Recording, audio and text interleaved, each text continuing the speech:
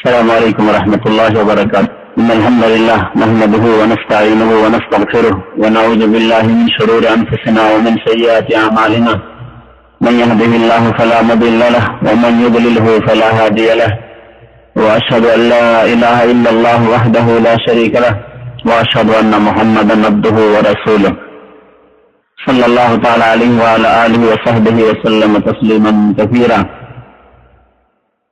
يا أيها الذين آمنوا اتقوا الله حق تقاته ولا تموتن إلا وأنتم مسلمون.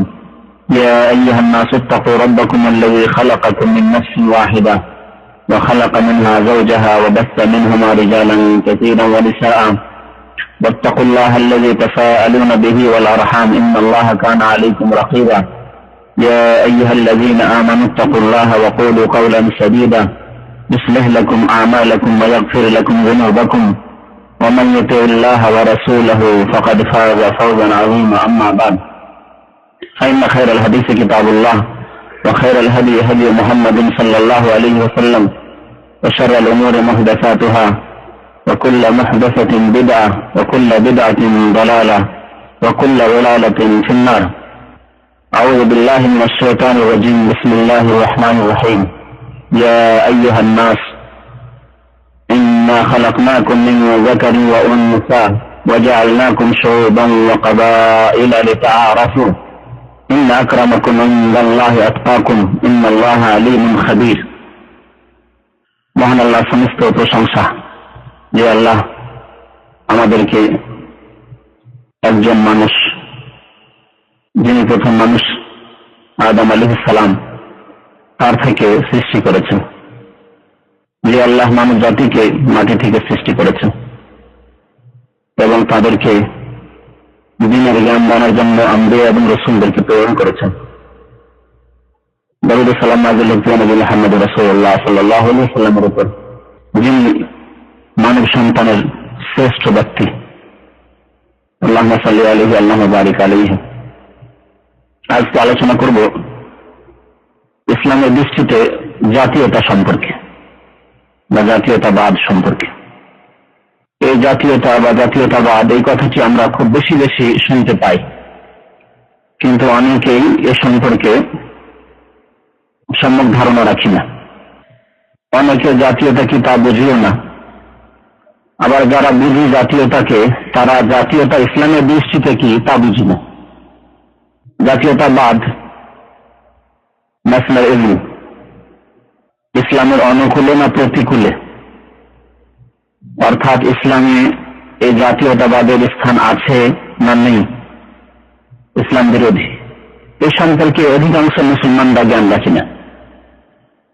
যার ফলে আমাদের মধ্যে বিভিন্ন রকম দিক থেকে জাতীয়তা সচেতন অবস্থায় অথবা অচেতন অবস্থায় প্রবেশ করেছে। অনেকে সচেতন অবস্থায় এই জাতীয়তাবাদকে গ্রহণ করেছি, আর অনেকে অচেতন অবস্থায় আমরা জাতীয়তার প্রমাণ দিই কথায় অথবা কাজে কর্মে, যদিও হয়তো আমাদের ওই রকমের বিশ্বাস নেই, ঈমান নেই এই জাতীয়তাবাদের উপর। আল্লাহ রাব্বুল আলামিন আমাদেরকে যে দিন দান করেছেন, সেই দিন হচ্ছে আন্তর্জাতিক দিন। এই দিন সারা বিশ্বের মানবতার জন্য। এ হচ্ছে আন্তর্জাতিক দিনের অর্থ। সারা বিশ্বে যে কোনো জায়গায় যে কোনো মানুষ থাক না কেন, তার জন্য এই দিন ইসলাম। এবং প্রত্যেক মানুষের উপর আল্লাহ ফরজ করেছেন এই দিন ইসলামে দীক্ষিত হওয়াকে। যদি সে মুক্তির সন্ধান চায়, যদি জান্নাত পেতে চায়, জাহান্নাম থেকে বাঁচতে চায়, আল্লাহর আযাব শাস্তি থেকে দুনিয়া এবং আখিরাতে মুক্তি পেতে চায়, তাহলে একমাত্র পথ হচ্ছে ইসলাম। নিশ্চয়ই আল্লাহর মনোনীত দিন হচ্ছে, স্বীকৃত দিন হচ্ছে ইসলাম। ইসলাম ছাড়া অন্য কোন দিন, জীবন বিধান আল্লাহ কখনো গ্রহণ করবেন না, কবুল করবেন না। যে ব্যক্তি ইসলাম ছাড়া অন্য কোন পন্থাকে অবলম্বন করবে, সেই ব্যক্তি পরকালে ক্ষতিগ্রস্ত হবে, জাহান্নামে যাবে। তো এই দিন যখন আন্তর্জাতিক দিন, সুতরাং আমাদের সম্পর্ক হবে একের অন্যের সাথে আন্তর্জাতিক সম্পর্ক, যে সম্পর্কে অন্য কোন শক্তি, কোন মতবাদ, কোনো কিছু অন্তরায় হবে না, বাধা সৃষ্টি করবে না। এই সম্পর্কের কথা মহান আল্লাহ রাব্বুল আলামিন কোরআনে কারীমে সূরা হুজুরাত আয়াত নম্বর 10-এ ইরশাদ করেছেন, ইন্নামাল মুমিনুনা ইখওয়া, নিশ্চয় মুমিন একে অপরের ভাই, পরস্পর ভাই। তাহলে মুমিন যখন পরস্পরের ভাই, তো ভাইয়ের সাথে সম্পর্ক থাকবেই, যেখানে থাক না কেন সে, ঠিক না?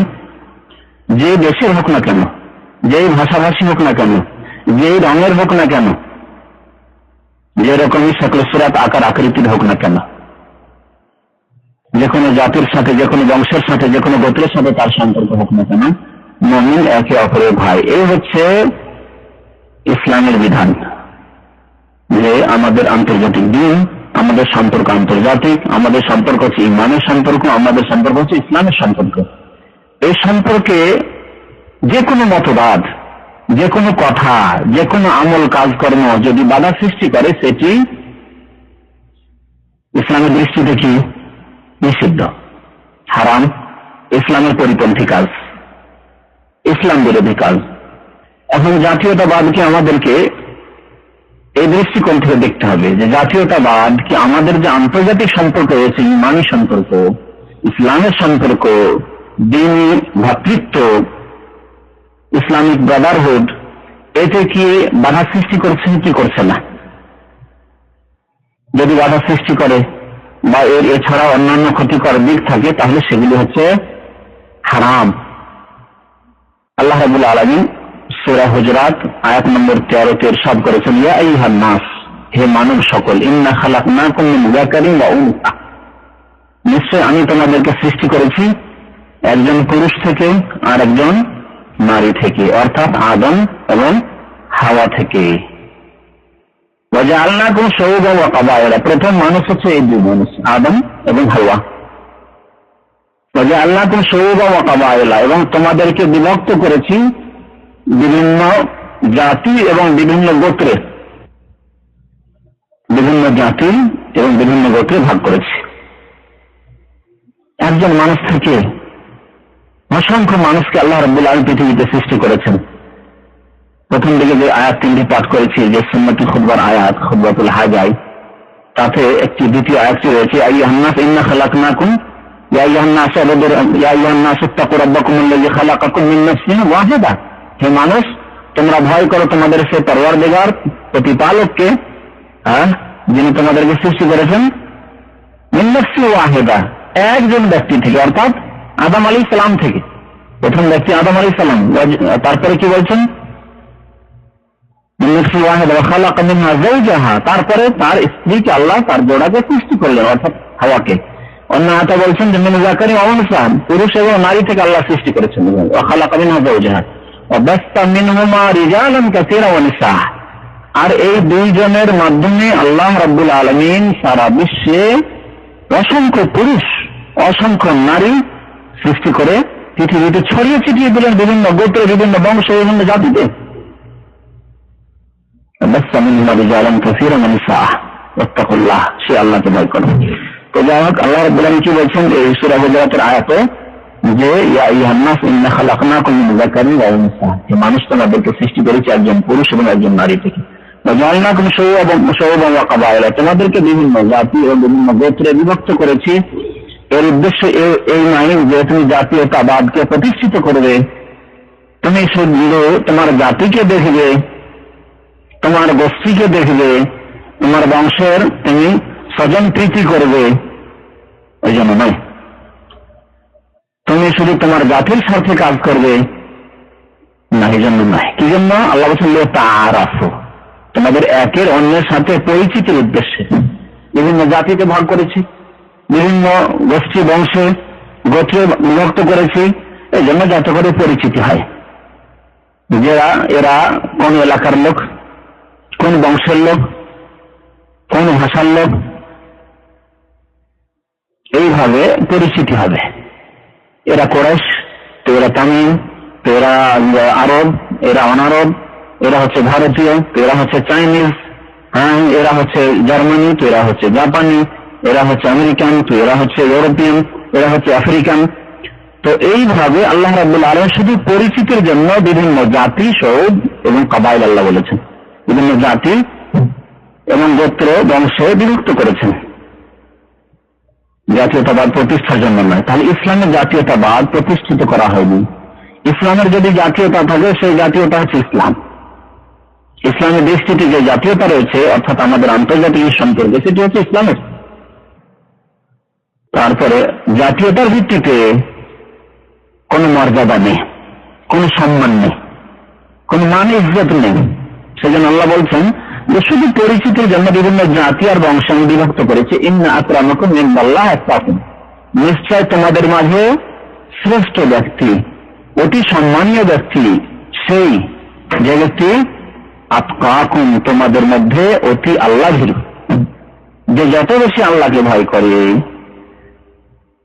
যে যত বেশি তাকওয়া অবলম্বন করে, যে ব্যক্তি যত বেশি সংযত জীবন যাপন করে, যে ব্যক্তি যত বেশি পাপ মুক্ত জীবন যাপন করে, পাপ থেকে বেঁচে থাকে, গুনার কাল থেকে বেঁচে থাকে, যে ব্যক্তি পরকাল সম্পর্কে, আযাব সম্পর্কে চিন্তাশীল হয়ে পাপের কাল থেকে বেঁচে থাকার মাধ্যমে আযাব থেকে বাঁচতে চায়, সেই ব্যক্তি হচ্ছে আল্লাহর নিকট ইন্না আকরামাকুম, বেশি সম্মানীয়, সম্মানের পাত্র, মান মর্যাদার অধিকারী, ইজ্জতের অধিকারী হচ্ছে ওই ব্যক্তি।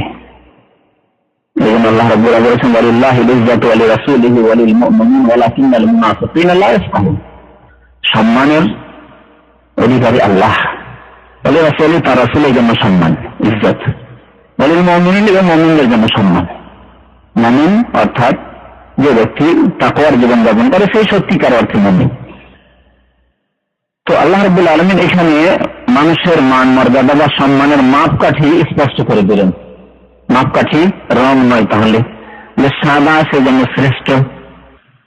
মান সম্মানের মাপকাঠি ভাষা নয়, যে আরবি ভাষা বলতে পারে সেই জন্য ইসলামের দৃষ্টিতে সে শ্রেষ্ঠ, এমনটা কিছু নেই।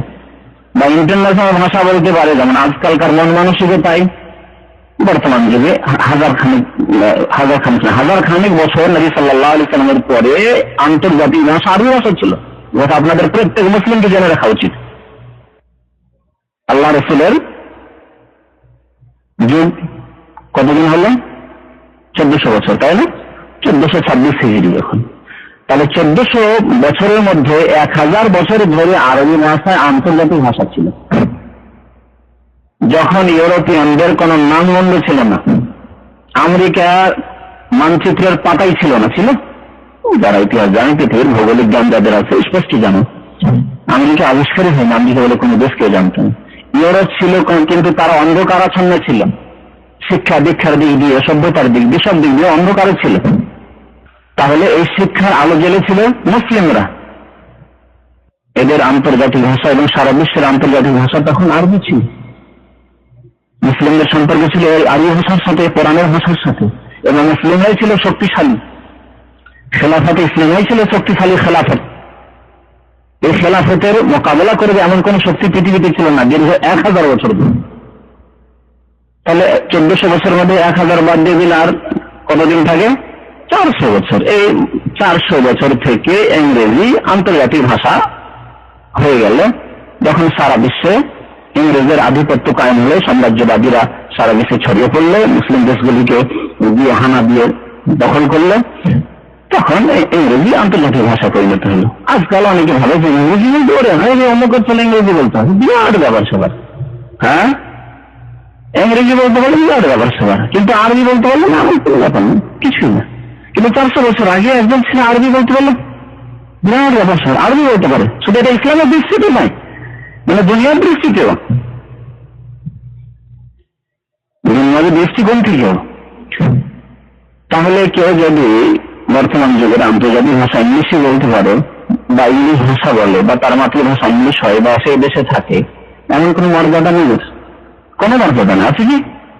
ইন্না আকরামাকুম ইনদাল্লাহি আতকাকুম। না রঙের মর্যাদা, না ভাষার মর্যাদা রয়েছে, কোন ভাষার মর্যাদা নেই। আরবি ভাষার মর্যাদা এই জন্য রয়েছে যে এটি আল কোরআনুল কারীমের ভাষা, আল কোরআনুল কারীমের ভাষা। এটি হচ্ছে রাসূলুল্লাহ সাল্লাল্লাহু আলাইহি সাল্লাম, যিনি বিশ্ব মানবতার জন্য রহমত স্বরূপ, সারা বিশ্বের জন্য। আমার সাল্লাল্লাহু ইল্লা রাহমাতাল লিল আলামিন, সারা বিশ্বের জন্য। ইহুদি, খ্রিস্টান, হিন্দু, বৌদ্ধ, মুসলিম, সারা বিশ্বের অমুসলিম সবার জন্য তিনি করুণা রহমত স্বরূপ এসেছিলেন। সেই প্রিয় নবীর ভাষা সাল্লাল্লাহু আলাইহি সাল্লাম, এই জন্য এর মর্যাদা রয়েছে। তবে ভাষা হিসাবে ভাষাগত কোন মর্যাদা নেই। আঞ্চলিক মর্যাদা, আঞ্চলিকতার কোন মর্যাদা নেই। বর্ডারের মর্যাদা, দেশের মর্যাদা, এরকম কোন মর্যাদা নেই। দেশের মর্যাদা অনেকে মনে করে থাকে, এবং আজকাল সারা বিশ্বের মানুষ এত জাতীয়তায় ডুবে রয়েছে যে প্রত্যেকে নিজের নিজের ভাষা, নিজের নিজের দেশ, নিজের নিজের জাতীয়তা, যে যে জাতি, নিজের নিজের বংশ, নিজের নিজের গোত্র, এই নিয়ে ব্যস্ত, খুশি। আল্লাহ রাব্বুল আলামিন বলছেন, ইন্না আকরামাকুম ইনদাল্লাহি আতকাকুম, নিশ্চয় তোমাদের মধ্যে শ্রেষ্ঠ ব্যক্তিকে যে ব্যক্তি আল্লাহকে বেশি ভয় করে, যে ব্যক্তি পাপ মুক্ত জীবন যাপন করে, সে শ্রেষ্ঠ। একজন ক্লিনারও যদি হয়, একজন দম মেথরও হয়, কিন্তু নামাজের সময় হলে গোসল করে পরিষ্কার পরিচ্ছন্ন হয়ে, যেমন হাইয়া আলাস সালার আওয়াজ শুনে দৌড়িয়ে ছুটে যায় মসজিদে, সেই ব্যক্তি ওই কোরাইশির চাইতে উত্তম, যে কোরাইশি নামাজ পড়ে না, জামাতে যায়, নামাজ পড়ে কিন্তু জামাতে যায় না, নামাজ না পড়ে তো মুসলমান নেই, কিন্তু নামাজ পড়ে হয়তো জামাতে যায় না, সেই কোরাইশির চাইতে উত্তম। তাহলে কোরাইশির চাইতেও যদি উত্তম হয়, তাহলে আরব চাইতে উত্তম সেই ব্যক্তি, সেই মেথর, সেই ডং, সেই চামার, যে ব্যক্তি নামাজি, নামাজ সহকারে নামাজ পড়ে, যে ব্যক্তি আল্লাহকে ভয় করে, পরকালের জন্য চিন্তাশীল। ইন্না আকরামাকুম ইনদাল্লাহি আতকাকুম। এই জন্য নবী করিম সাল্লাল্লাহু আলাইহি সাল্লামের একটি হাদিস রয়েছে, সেই হাদিস, মান বাত্তা বিহি আমালুহু লাম ইসরি বিহি নাসাবুহু। কারো আমল যদি তাকে পিছনে ছেড়ে দেয়, আমলের দিক দিয়ে অনেক পিছিয়ে, অনেক পিছনে পড়ে রয়েছে, লাম ইসরি বিহি নাসাবুহু, তাহলে তার বংশ, তার জাতীয়তা, তার গোত্র তাকে অগ্রগামী করতে পারবে না, তাকে আগে বাড়িয়ে দিতে পারবে না। আমলের দিক দিয়ে, আকীদার দিক দিয়ে, ইসলামের দিক দিয়ে, বিধিবিধান পালনের দিক দিয়ে, আল্লাহর ইবাদত বন্দেগীর দিক দিয়ে অনেক পিছনে পড়ে রয়েছে, তাহলে তার বংশ তাকে এগিয়ে দিতে পারবে না, অর্থাৎ তার বংশ তাকে জান্নাতে নিয়ে যেতে পারবে না, তার বংশ তাকে শ্রেষ্ঠ করে দিতে পারবে না, তার বংশ তাকে সম্মানিত করে দিতে পারবে না। এ হচ্ছে ইসলামিক দৃষ্টিভঙ্গি। নবী করিম সাল্লাল্লাহু আলাইহি সাল্লাম যে সময় নবুয়ত প্রাপ্ত হয়ে, রিসালাত প্রাপ্ত হয়ে মানব জাতির কাছে পৌঁছেছিলেন, সে সময় আরবদের মধ্যে জাতীয়তা, ন্যাশনালিজম, এটি একবার উচ্চ শিখরে পৌঁছেছিল। এত বেশি জাতীয়তা ছিল যে ভাষাগত জাতীয়তা ছিল। এই জন্য বলি যে জাতীয়তা বিভিন্ন রকম ভাবে হয়। অনেকে এই দিকটা খেয়াল করেন না, জাতীয়তা কি রকম হয়। বিভিন্ন রকম জাতীয়তা হয়। যেমন জাতীয়তা হয়, ভাষার জাতীয়তা হয়। আরবি ভাষার জাতীয়তা এক শ্রেণী আরবরা করছে, আমরা আরব, আমাদের আরব নেতা, এটা হচ্ছে আরব জাতীয়তা। বাংলা ভাষার জাতীয়তা আমরা বাঙালি, বাঙালিদের পিতা, বাঙালিদের বাবা, এই হচ্ছে বাংলার জাতীয়তা, তাই না? কেউ যদি উর্দুর সম্পর্কে এরকম বলে, সেটা হচ্ছে উর্দু ভাষার জাতীয়তা। হিন্দি ভাষার করে হিন্দি ভাষার জাতীয়তা। ইংরেজি ভাষার সম্পর্কে বলে আমরা ইংরেজ, আমরা এই, তাহলে সে এই ইংরেজির জাতীয়তা। এগুলো একটা ভাষাগত জাতীয়তা রয়েছে, ভাষাগত জাতীয়তা। আরেকটি হচ্ছে দেশগত জাতীয়তা। আজকাল যেহেতু মুসলিমদেরকে ছোট ছোট দেশে বিভক্ত করে তাদের বিভিন্ন রকম বিভক্ত করা হয়েছে, আকীদার দিক দিয়ে, মযহাবের দিক দিয়ে, একটি ইসলামকে কত ভাবে বিভক্ত করা হলো, সুফি ইসলামের মাধ্যমে কত পীরের তরিকাতে বিভক্ত করা হলো, ঠিক না? তো এইভাবে বিভক্ত করতে করতে করতে করতে মুসলিমদেরকে এমনকি রাজনৈতিক ক্ষেত্রেও ছোট ছোট দেশে, এক একটা ডিস্ট্রিক্টের হয়তো একটি করে দেশ দিয়ে দিয়ে 56-57টি দেশের কেমন নেই সংখ্যার দিক দিয়ে, কিন্তু শক্তির দিক দিয়ে কিছুই নেই, তাদের কিছুই নেই।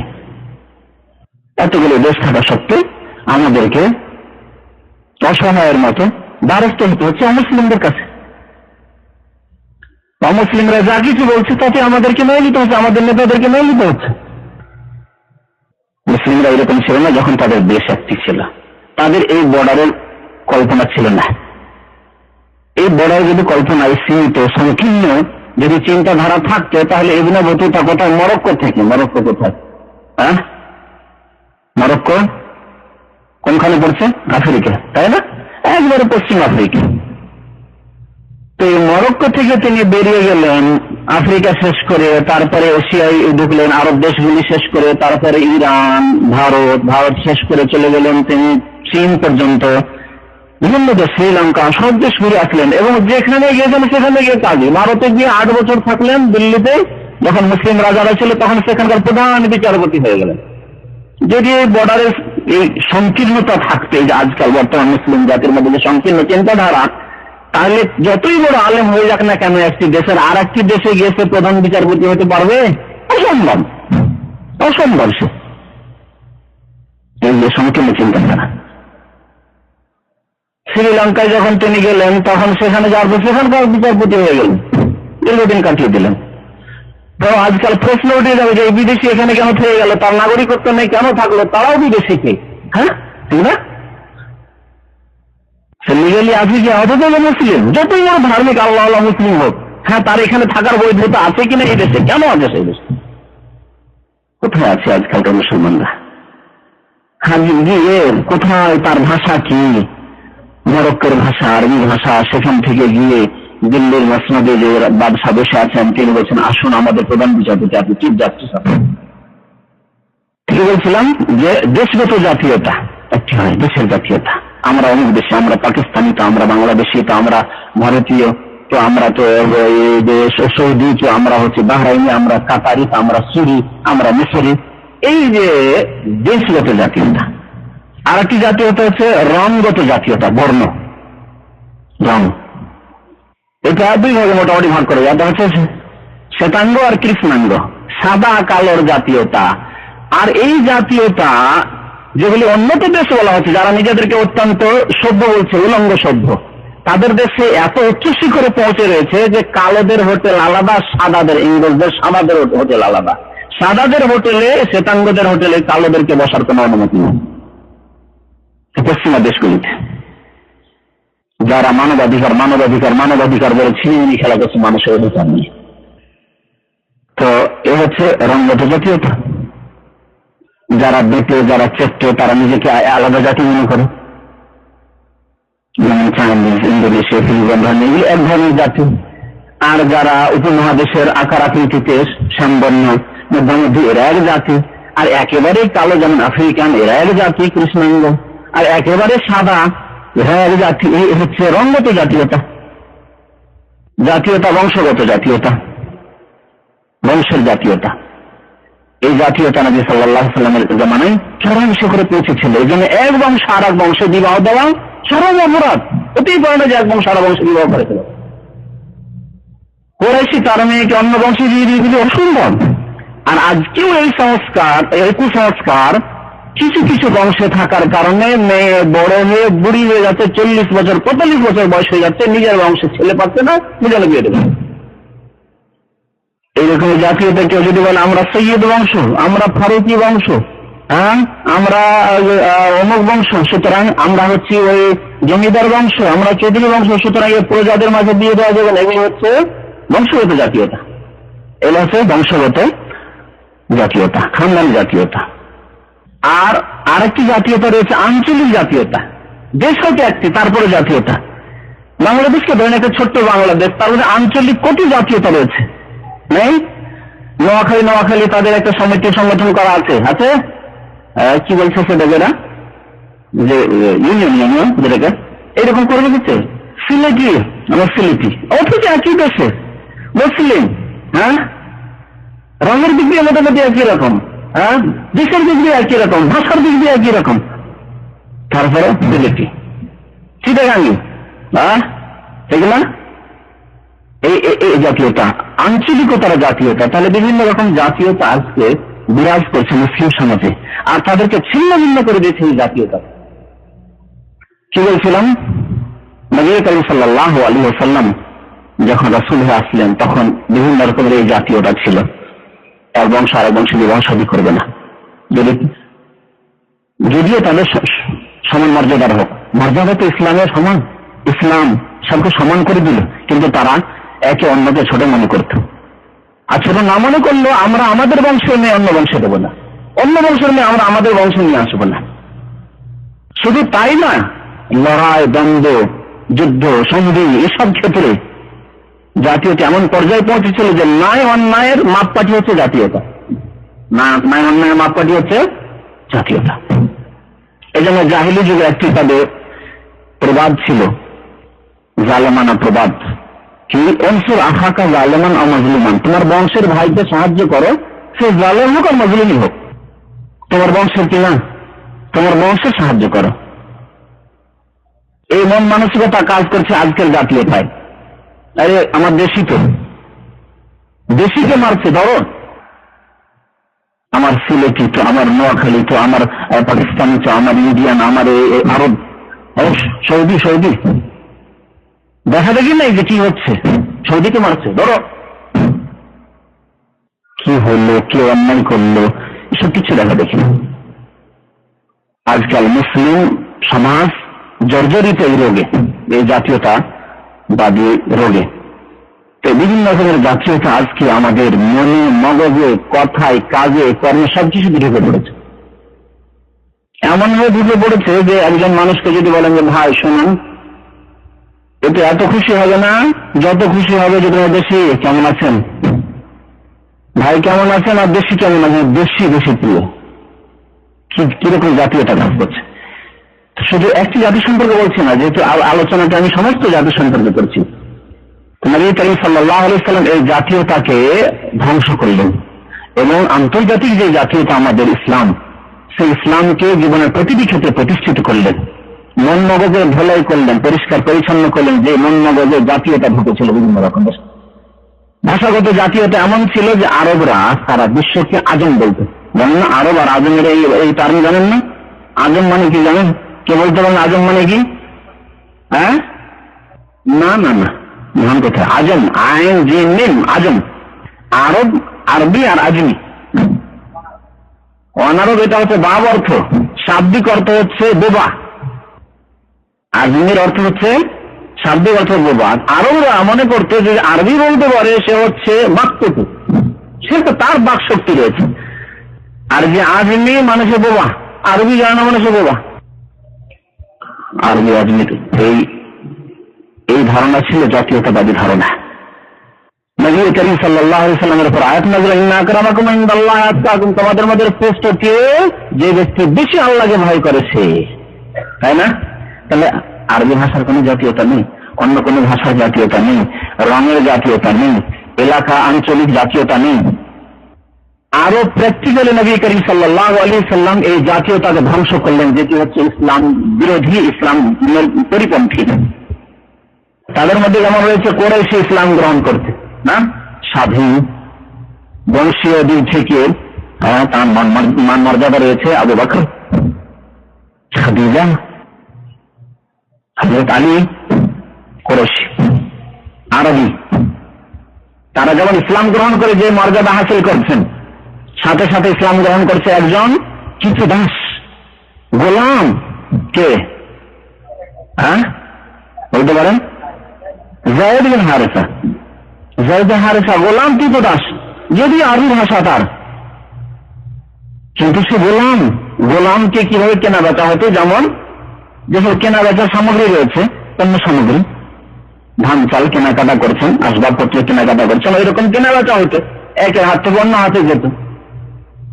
নবী করিম সাল্লাল্লাহু আলাইহি ওয়াসাল্লামের হাতে ইসলাম যখন গ্রহণ করলেন, সেই মর্যাদা পেয়ে গেলেন যায়েদ বিন হারেসা, যে মর্যাদা আবু বকর রয়েছে, ওমর রয়েছে, উসমান রয়েছে, আলী রয়েছে।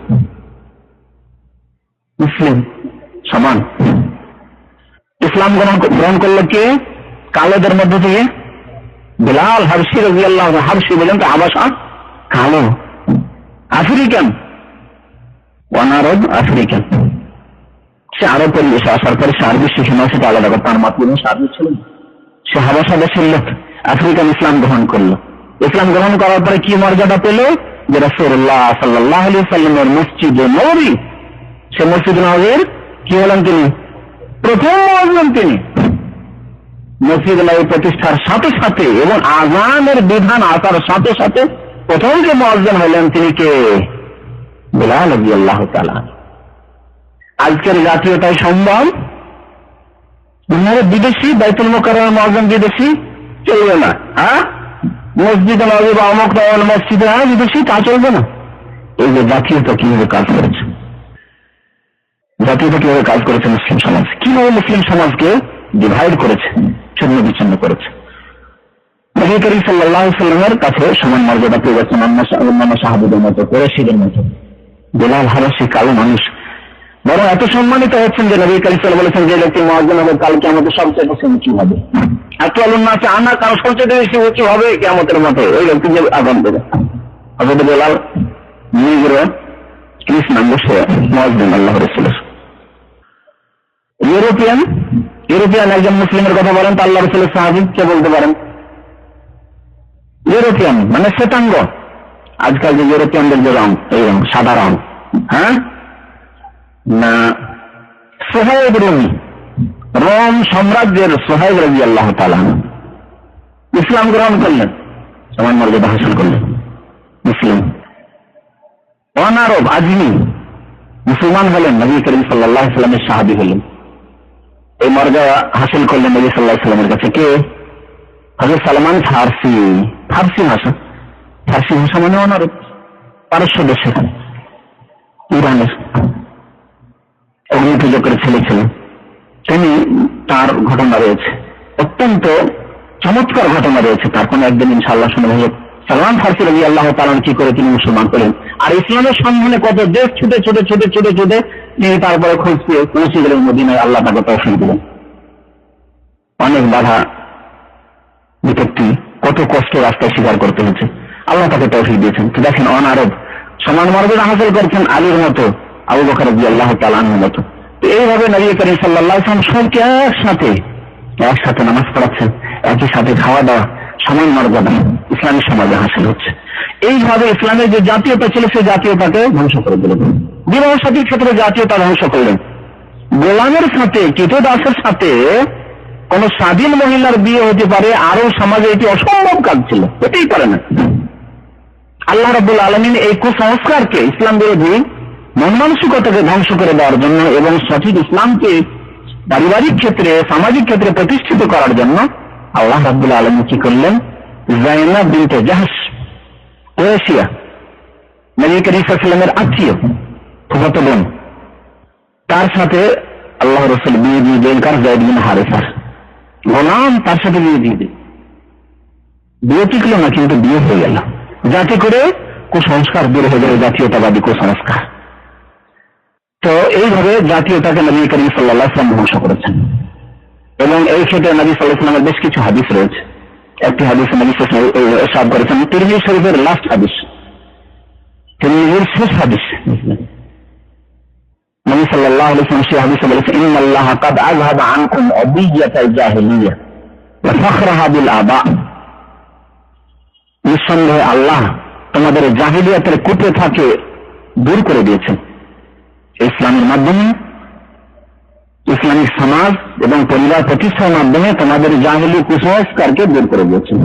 ফখরাহা বিল আবা, তোমরা বাপদাদা পূর্বপুরুষের নামে যে অহংকার করতে যে আমরা অমুক বংশের, আমরা অমুক বংশের, আমরা অমুক বংশের, এসবকে আল্লাহ দূর করে দিয়েছেন। কোন ফখরের বিষয় নেই, কোন গৌরব অহংকারের বিষয় নেই, এবং সে অহংকার গৌরব কিছু না। নবী সাল্লাল্লাহু আলাইহি ওয়াসাল্লাম আরো ইরশাদ করেছেন যে আনতুম মিন আদম, তোমরা আদম থেকে তোমরা সৃষ্টি হয়েছে। কুল্লুকুম মিন আদম, তোমরা সবাই সৃষ্টি হয়েছে আদম আলাইহিস সালাম থেকে শুরু করে। আর আদম আলাইহিস সালাম কি থেকে সৃষ্টি? ওয়া আদম মিন তুরাব, আদম আলাইহিস সালাম মাটি থেকে সৃষ্টি হয়েছে। সুতরাং তোমাদের আসল হচ্ছে মাটি, সবাই মাটি। সাদা হলেও মাটি, কালো হলেও মাটি, আর লম্বা হলেও মাটি, আর খাটো হলেও মাটি, আরব হলেও মাটির তৈরি, আর অনারব হলেও মাটির তৈরি, সবাই মাটি। ওয়া আদম মিন তুরাব। নবী সাল্লাল্লাহু আলাইহি ওয়াসাল্লামের আরো হাদিস রয়েছে, লা ফাযলা লি আরাবিয়্যিন আলা আজমি, কোন আরবের অনারবের কোন ফজিলত নেই, কোন মর্যাদা নেই, আরবি হওয়ার জন্য কোন মর্যাদা নেই। ওয়ালা লি আজামিয়্যিন আলা আরাবি, আর না কোন অনারবের কোন আরবের উপর ফজিলত রয়েছে। ওয়ালালে আহমার আলা আসওয়াদ, না সাদার কালোর উপর কোন ফজিলত রয়েছে, কালো চাইতে সাদা উঠতেন, এমন কোন ফজিলত নেই। ইল্লা বিত্তাকওয়া, যদি ফজিলত থেকে থাকে, মর্যাদা সম্মান থাকে, তাহলে কিসের ভিত্তিতে? তাকওয়ার ভিত্তিতে। নবী সাল্লাল্লাহু আলাইহি ওয়াসাল্লাম তারপরে আয়াতের অংশটুকু পাঠ করেন, ইন্না আকরামাকুম ইনদাল্লাহি আতকাকুম। এই অর্থে বেশ কিছু হাদিস রয়েছে। নবী করিম সাল্লাল্লাহু আলাইহি ওয়াসাল্লাম এই জাতীয়তাকে কিভাবে ধ্বংস করেছেন দেখুন।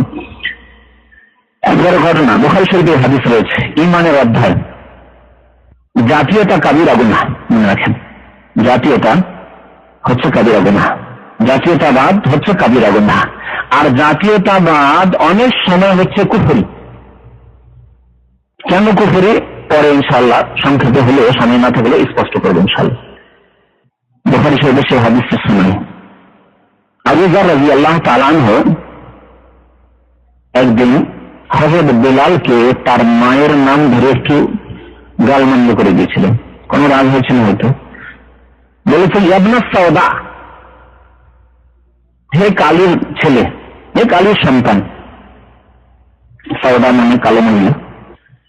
আজকাল অনেক মুসলমান আছে, এটা কালো বলে, এটা কালিয়া হবে না, এটা বাঙালি, হ্যাঁ, এটা পাকিস্তানি, হ্যাঁ, এটা হিন্দি, এটা মিশরি, কি হবে তুচ্ছ করে, হ্যাঁ, সম্বোধন করে। সামনাসামনি না বললে দূর থেকে সামনাসামনি করতে সাহস করছে না,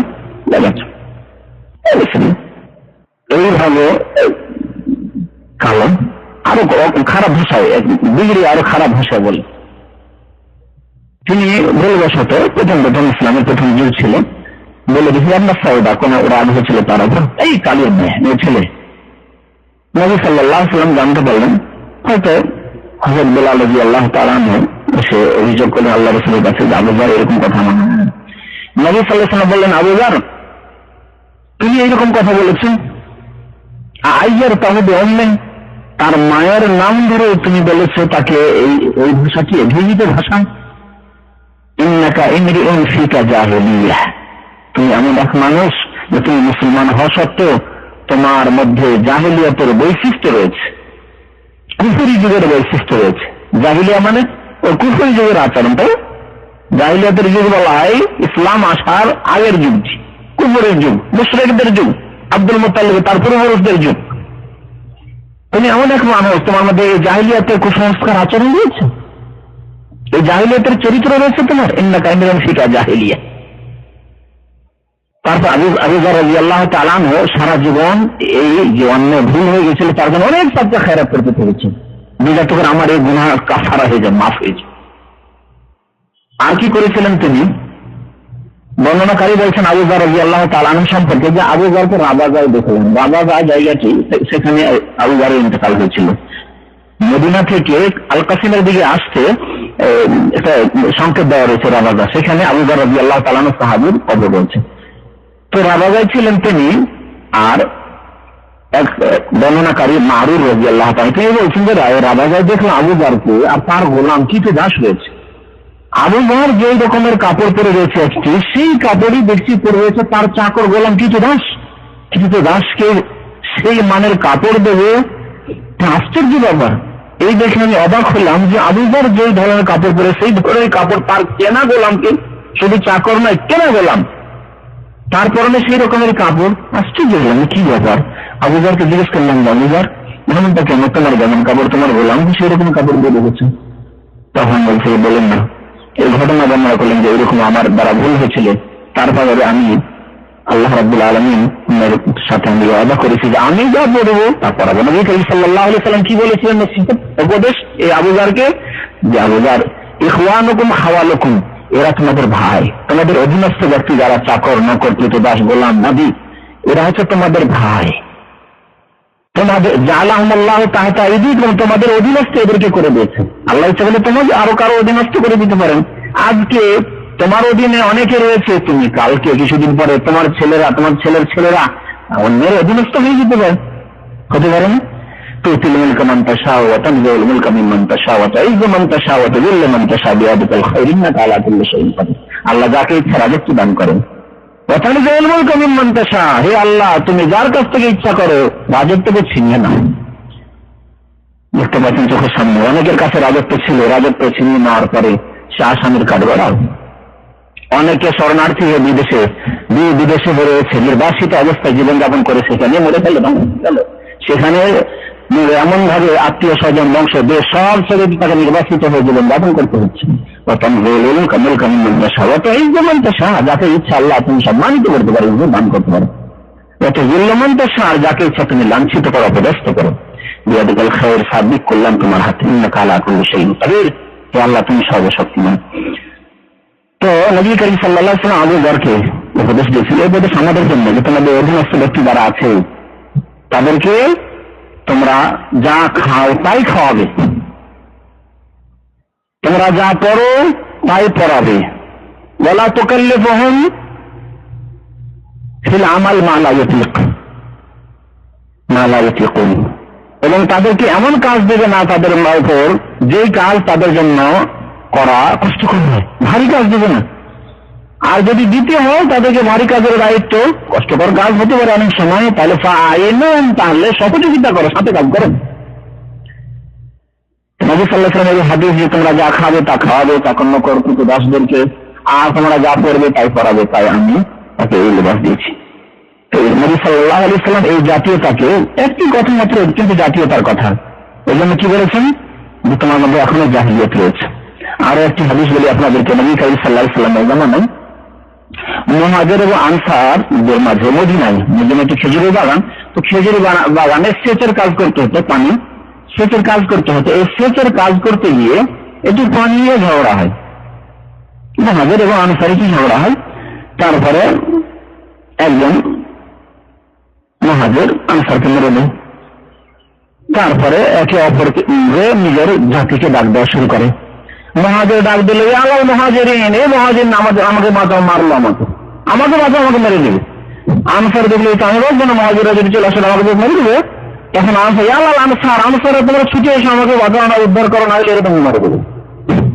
দুই দিক দিয়ে দুই দল ছুটে এসে আনসারের ব্যাপারটা কি এরাও ছুটে এসছে আমাদের বংশের লোক, কিন্তু তাই বলে অন্যায় সাহায্য করার জন্য আসেন, ঘটনা জানার জন্য ব্যাপারটা কি হয়েছে এই চিৎকার করে ডাক দিচ্ছে করে। মুহাজিররাও ছুটে এসছেন, দুই দল ছুটে এসছে, আর আসার পরে তারা মানে প্রস্তুত যে কি করতে হবে, হয়তো লড়াই শুরু হয়ে যেতে পারে, এই অবস্থা মারপিট শুরু হয়ে যেতে পারে। নবী করিম সাল্লাল্লাহু আলাইহি ওয়াসাল্লাম সংবাদ পেলেন, দ্রুত ছুটে আসলেন। আসার পরে বললেন যে তোমরা কি করো, তোমাদের কি আল্লাহ কি সঠিক পথ প্রদান করেননি? তোমরা পথভ্রষ্ট হয়ে যাওয়ার পর তোমরা কি জাহান্নামের পথে চলে যাওনি? তারপরে জাহান্নাম থেকে তোমাদেরকে আল্লাহ উদ্ধার করে জান্নাতের পথে নিয়ে আসেননি? নবী করিম সাল্লাল্লাহু আলাইহি ওয়াসাল্লাম তাদেরকে বললেন, দাউহা ফাইন্নাহা মুনতিনা, স্বর্ণাক্ষরে লিখার মতো নবী সাল্লাল্লাহু আলাইহি ওয়াসাল্লামের প্রত্যেকটি কথা, এই কথাটি মনে রাখবেন। দাউহা, এইরকম বাতিল ডাকগুলি, বাতিল স্লোগান, আজকাল স্লোগান হয় না, জাতীয়তার স্লোগান, দাউহা, এই ধরনের বাতিল স্লোগানকে ছেড়ে দাও, ফাইন্নাহা মুনতিনা, কারণ এই বাতিল স্লোগান হচ্ছে সরা পচা। মুনতিনা মানে সরা, কোনদিন সরে পচে গেলে নতুন বলা হয়, ছেড়ে দাও, এটি হচ্ছে বড় সরা পচা কথা, দুর্গন্ধময় কথা। জাতিকে ডাকে দাও, মুহাজির তুমি ছুটে এসো, আনসারি তুমি ছুটে এসো, হচ্ছে দুর্গন্ধময় কথা।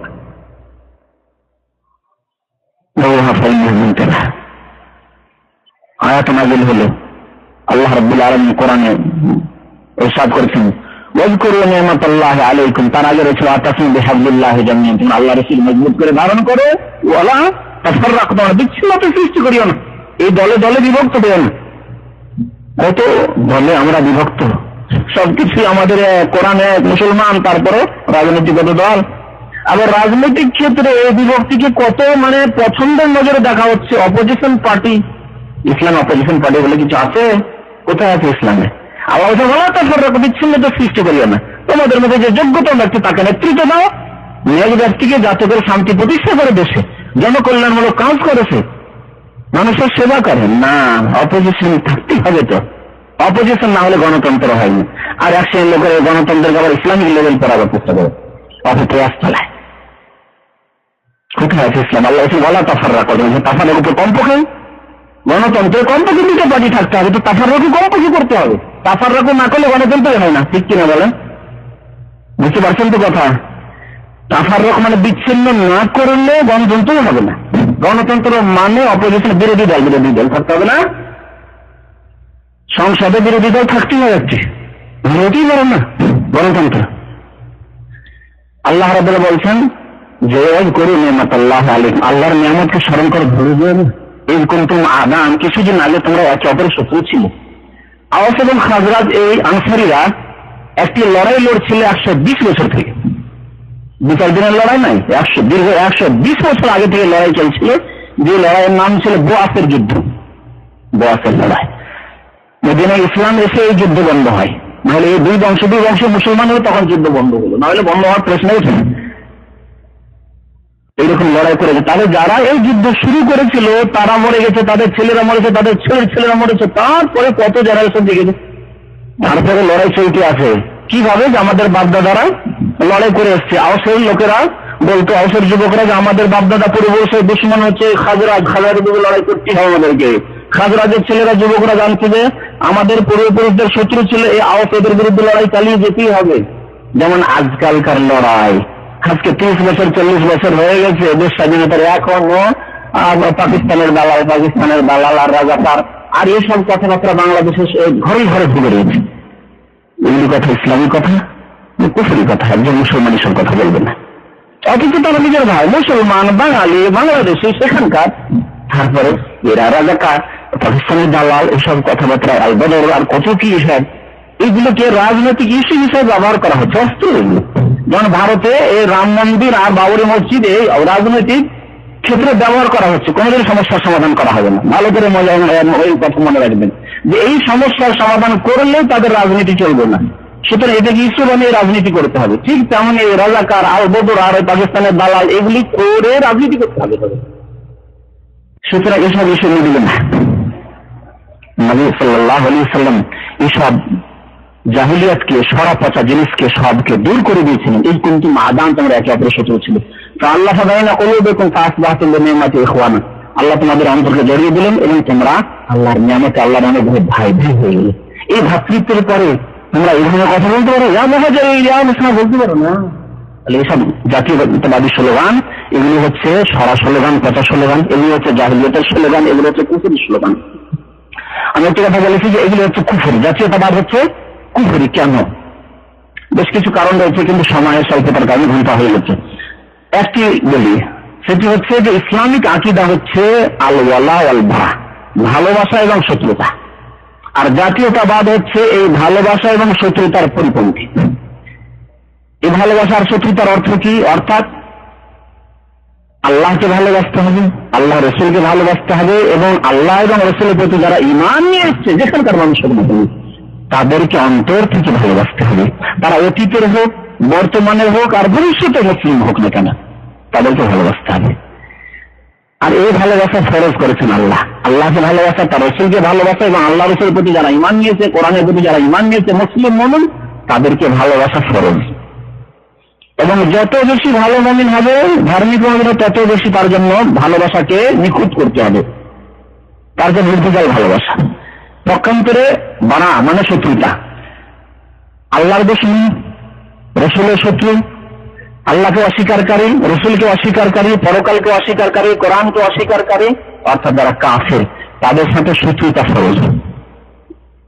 ইব্রাহিম আলাইহিস সালাম সম্পর্কে আল্লাহ কোরআনে বলছেন, কাদ কানাত লাকুম উসওয়াতুন হাসানাতুন ফি ইব্রাহিম, ইব্রাহিমে তোমাদের জন্য উত্তম আদর্শ রয়েছে।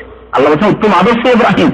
এই কালালে কওমিহি, নিজের সম্প্রদায়কে তিনি বলেছিলেন, ইন্নী বুরাউম মিনকুম ওয়া মিম্মা তা'বুদুনা মিন দুনিল্লাহ, আমি সম্পর্ক ছেদের ঘোষণা করছি, শত্রুতার ঘোষণা করছি, মিনকুম তোমাদের সাথে, ওয়া মিম্মা তা'বুদুনা মিন দুনিল্লাহ, আর আল্লাহকে বাদ দিয়ে যেসব বাতিলের পূজা করে, প্রতিমার পূজা করে, শিরক করে, তার থেকে সম্পর্ক ছেদের ঘোষণা করছি। কাফারনা বিকুম, তোমাদেরকে অস্বীকার করি, তোমাদের মতবাদকে অস্বীকার করি, তোমাদের বাতিল ধর্মকে অস্বীকার করি। ওয়া বাদা বাইনানা ওয়া বাইনাকুমুল আদাওয়া, আমার মাঝে, আমাদের মাঝে এবং তোমাদের মাঝে শত্রুতা স্পষ্ট হয়ে উঠেছে। হাত্তা, কতক্ষণ পর্যন্ত শত্রুতা থাকবে? হাত্তা তুমিনু বিল্লাহি ওয়াহদা, যতক্ষণ পর্যন্ত এক আল্লাহর প্রতি ঈমান নিয়ে আসবে না। তাহলে ওয়ালা এবং বারা মানে আল্লাহর জন্য ভালোবাসা এবং আল্লাহর জন্য শত্রুতা, এটি হচ্ছে ফরজ। আর এটি হচ্ছে আহলে সুন্নাত ওয়াল জামাতের উলামারা বলেছেন, এটি হচ্ছে আকীদার বিষয়। আকীদার বিষয় অর্থাৎ আমাদেরকে এই বিশ্বাস রাখতে হবে এবং এর বাস্তবায়ন প্র্যাকটিক্যাল করতে হবে। যেমন আল্লাহর জন্য ভালোবাসবো, আল্লাহর জন্য শত্রুতা করবো। পক্ষান্তরে যারা জাতীয়তাবাদী বিশ্বাসী বা জাতীয়তাবাদ আমাদেরকে কি শিক্ষা দেয় যে না, ওয়ালা বারাকে ধ্বংস করো, আল্লাহর জন্য ভালোবাসা নাই, রসুলের জন্য ভালোবাসা নাই, দিনের জন্য ভালোবাসা নাই। ভালোবাসা কিসের জন্য? যদি ভাষাগত জাতীয়তা হয় তাহলে ভাষার ভিত্তিতে ভালোবাসা, ঠিক না? আচ্ছা, দেশীয় যদি জাতীয়তা হয় তাহলে দেশের ভিত্তিতে ভালোবাসা, বংশীয় যদি জাতীয়তা হয় তাহলে বংশের ভিত্তিতে ভালোবাসা, ঠিক না? আঞ্চলিকতার জাতীয়তা যদি হয় তাহলে আঞ্চলিকতার ভিত্তিতে ভালোবাসা এবং শত্রুতা, ঠিক না?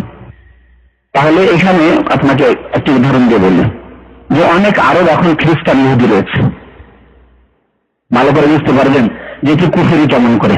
যদি ভাষার ভিত্তিতে আমাদের ভালোবাসা, জাতীয়তাবাদ মানে ভাষার ভিত্তিতে, যে আরবের বন্ধু বা তার সাথে তার সম্পর্ক, গাঢ় সম্পর্ক, বাঙালি বন্ধু, তার সাথে গাঢ় সম্পর্ক, উর্দু ভাষীর বন্ধু, হিন্দি ভাষী এই বন্ধু, মানে তার সাথে গাঢ় সম্পর্ক, এই জাতীয়তাবাদ। তাহলে আরবি ভাষার কথা বলি, অন্য ভাষার কথা পরে না বলা যাবে, বা সেটা তার উপরে বিজয় নেবেন আপনি। আরবি ভাষা যারা বলে তাদের মধ্যে যথেষ্ট সংখ্যায় ইহুদি রয়েছে এবং খ্রিস্টান রয়েছে, মুসলমান ছাড়া, ফাসেক, বেনামাজি, বদপ্রকৃতির মানুষ ছাড়া ইহুদি এবং খ্রিস্টান পর্যন্ত রয়েছে। ইসলামের সবচেয়ে বড় শত্রু ইহুদি আরবি ভাষা, মাতৃভাষার কথা বলে।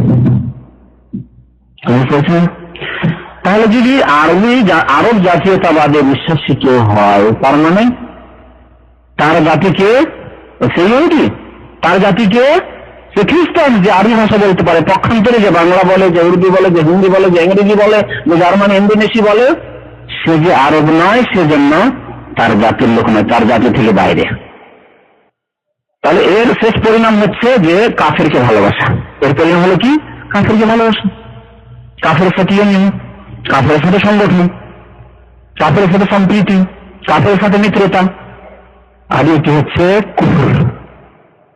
কুফরি নয়। আল্লাহ কি বলছেন? যারা কাফের সাথে, ইহুদি খ্রিস্টানের সাথে, কাফের সাথে, আল্লাহ দইয়ের সাথে মিত্রতা করবে, তারা তাদের অন্তর্ভুক্ত হবে।